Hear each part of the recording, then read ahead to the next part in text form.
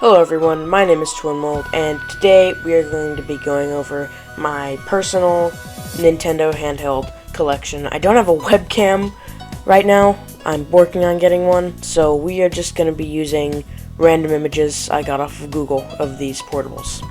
Let's get right into it. Alright, so first up on our list is my lime green new Nintendo 3DS XL with Super Mario World included. Now this was actually my very first true Nintendo handheld. That little nipple above ABXY, I never knew why it was there, but it was just fun. I mean, of course I lost the stylus. I was young, so, you know, I don't have a stylus anymore. So I'll have to order a replacement stylus. I also recently installed Homebrew on this 3DS, so that's kind of cool. Next up on our list is another 3DS, the Gold Link Between Worlds Limited Edition regular 3DS XL. So I actually got this 3DS because we thought the green one was broken, and when we got home, we tried the charger that came with the gold 3DS on the lime green 3DS, and it worked, so now we regret this purchase for the rest of time. But I always liked my new 3DS a little bit more, just because the home button was the same as the 2DS one. And speaking of the 2DS, and next up on our list is my blue and black Nintendo 2DS. Despite this thing looking like a literal door jamb, it's surprisingly comfortable to hold, and the L and R buttons are so clicky.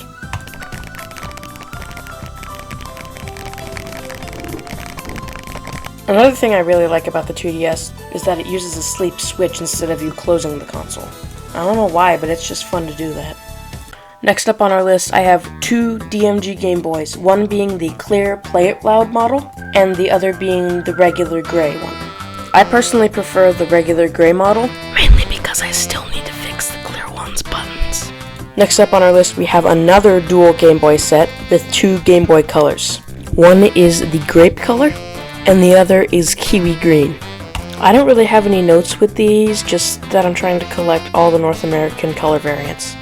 Next, we have a gold Legend of Zelda Phantom Hourglass Limited Edition DS Lite. I bought this from my local game store, and it didn't come in the box, so sadly it doesn't have the stylus or the game, but that's okay. It's still a cool little thing to have on the shelf.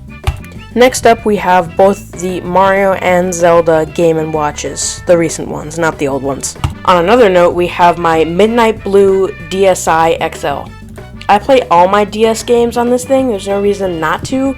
If I want to play Game Boy Advance games, I can just whip out the old Game Boy Advance, which is the next thing on this list. But in my personal opinion, this is the perfect way to play DS games, besides the 3DS. Next up is my Flame Red Game Boy Advance SP. Okay, we need to talk about the Game Boy Advance SP. Why were there two different models? I mean, I get that brighter screens weren't as common at the time, but still, come on! And why do L&R feel like Tic Tacs? But even after all those faults, this was the first time you could play your Game Boy games with a lit screen, without using external stuff like the worm light. And I know someone's gonna comment, well, twinmold, actually, the Game Boy Light released in Japan? Yeah, exactly, only in Japan. This thing sucks from a modern retrospective, but this was a huge leap forward in the Game Boy line. Next up is my matte black regular DSi. Alright, so I'm just going to do this in one voice clip. Vintage stock sucks. Don't buy from them. This thing has a broken hinge. Listen to that. Has hinge problems. The screen sucks. It's all scratched up. Nothing is clean. The screw ports at the screw holes at the bottom haven't even been cleaned out. They're filthy. There's bug parts falling out of the cartridge slot. I don't even want to touch this thing.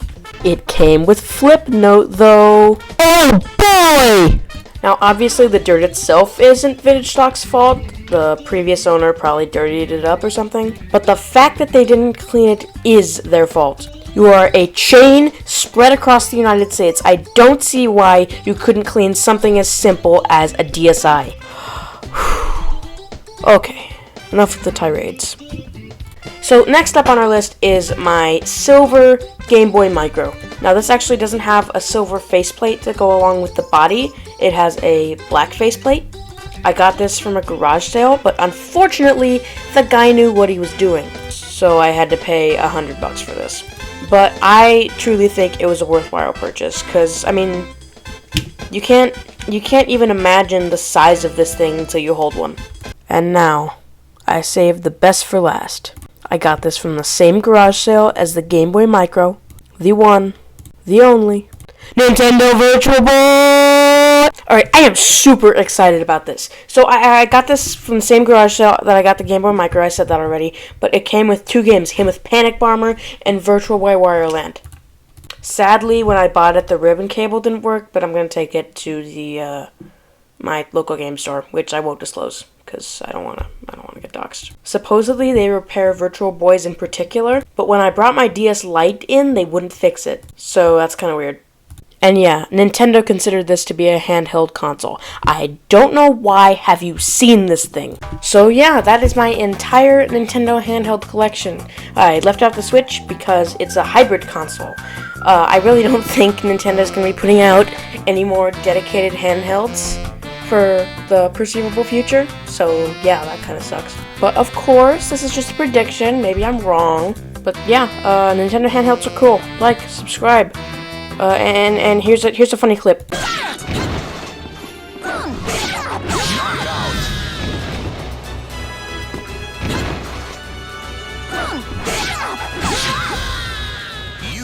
Justice will prevail!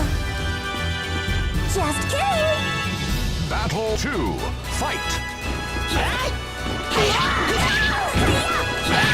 Ring out! That was so juicy.